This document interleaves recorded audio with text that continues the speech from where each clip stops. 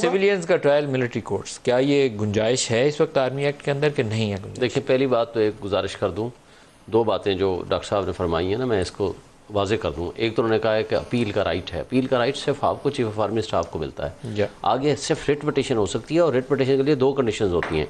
आप merit of the case पे नहीं बात कर सकते, सिर्फ ये साबित करेंगे कि जनाब वो कर्नल साहब और मेजर साहब जिसने फैसला किया है वो कोरम नॉन जुडिस यानी विदाउट लॉफुल अथॉरिटी था, उसको अख्तियार ही नहीं था इन केसेस को सुनने का, या इनको ऑथराइज ही नहीं किया गया था ये केस सुने।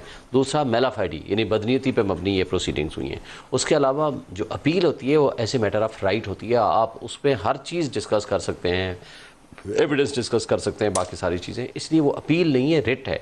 और रिट के बाद सुप्रीम कोर्ट में वो भी कॉन्स्टिट्यूशन पटिशन होती है या CPLA criminal petition for leave to appeal होती है, तो उसमें भी क्वेश्चन ऑफ लॉ की हद तक आप डिस्कस कर सकते हैं।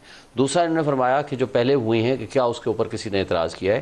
बिल्कुल एतराज़ किया था, वो जो 2/3 मेजॉरिटी के साथ आइनी तरमीम 21वीं तरमीम के ज़रिए ये हुए थे, मिलिट्री कोर्ट्स बनी थी।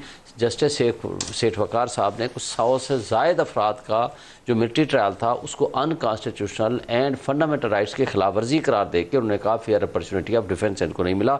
उस सब को ब्री करने का ऑर्डर कर दिया था, जिसके खिलाफ सुप्रीम कोर्ट में अपीलें आई थी, यहाँ से स्टे भी मिला था। फिर केस टू केस क्या चला मुझे मज़ीद तफसीलात नहीं पता।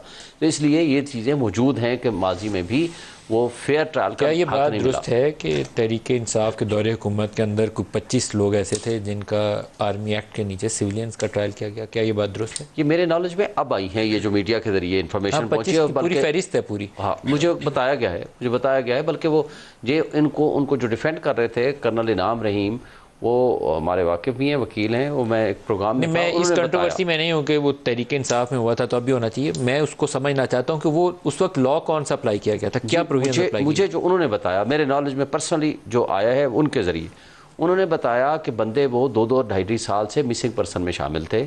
जब हमने पटिशन्स फाइल की बिफोर द कोर्ट्स और before the missing person chairman जैसे जावेद इकबाल साहब जिसके सरबराह हैं, तो वहाँ फिर उन्होंने कहा कि जी हम इसका ट्रायल करते हैं। फिर वो ट्रायल मिलिट्री कोर्ट्स के ट्रायल करके उन्होंने फाइंडिंग्स दे दी कि जनाब हमने इनको ये सज़ाएं दे दी हैं, जिसके ख़िलाफ़ उन्होंने रिट पिटिशन्स फाइल कर रखी हैं विच आर स्टिल पेंडिंग। तो वो मिलिट्री कोर्ट और आर्मी एक्ट ये 1952 के तहत प्रोसीडिंग्स हुई हैं बकौल उनकी इन्फॉर्मेशन के।